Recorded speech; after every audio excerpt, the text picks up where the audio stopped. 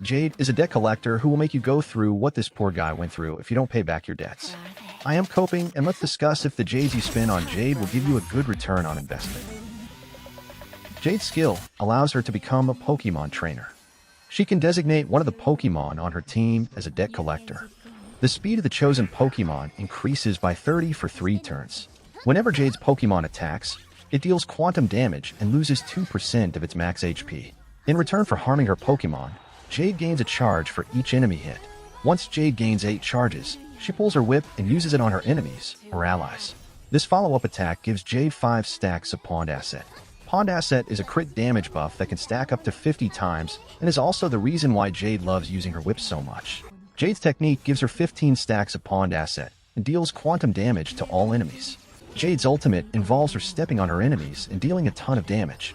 Every time Jade steps on her enemies, she increases the damage multiplier of her follow-up attacks by 80%. Her basic attack is a Blast-type AoE attack. This trace gives Jade 1 stack of Pond Asset whenever she enters combat. Jade gains an additional 3 stacks when her Pokemon's turn starts. This one makes Jade battle at 2x speed. With this trace, Pond Asset also increases Jade's attack. Trace priority will be Talent, Skill, or Ultimate, and Basic. Jade's signature Light Cone is her best option. Your next best option is Himiko. 4-star options include Today is another peaceful day and G-News Repos. Everyone hates calculus, and that is why Eternal Calculus is her last option. Jade's best relic set is the Quantum set. If you are building Jade purely for pure fiction, you can go with the 4-piece Ash Blazing Grand Duke. Your last option is this set, which is likely accumulating dust in your inventory from when you were grinding for Firefly. 4 planar sets, Sigonia is your best bet with the absurd crit stats that it provides. Duran, Izumo, and Inert Salsado are other feasible options.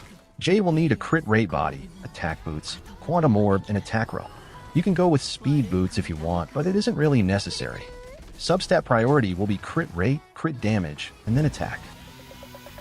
Jade is the queen of pure fiction, and every queen needs a suicidal king. The king best suited for Jade is Blade. The two of them have incredible synergy. Most of Blade's attacks hit multiple enemies, which helps in generating charges for Jade's follow-up attack. When Blade becomes Jade's chosen Pokemon, he will take an extra instance of damage, which will help in initiating his follow-up attack. And with Bronya, Blade can double down on his attacks. Jade wants her allies to hit as many enemies as possible, as often as possible. Herta fits that build to a T. Robin or Wanmei will be occupying the support position. Herta can also be replaced by Himiko. If debt collectors looked this good in reality, then people would actually pay their taxes. E1 is a follow-up attack buff which gives more charges when fewer enemies are hit. With E1, you can use Jade outside of pure fiction. E2 is a crit rate buff for having 15 stacks of Pond Asset. E3 and E5 are pretty useless. E4 gives Jade a defense ignore when using her ultimate. E6 gives Jade the debt collector state and increases her quantum rest pin by 20%.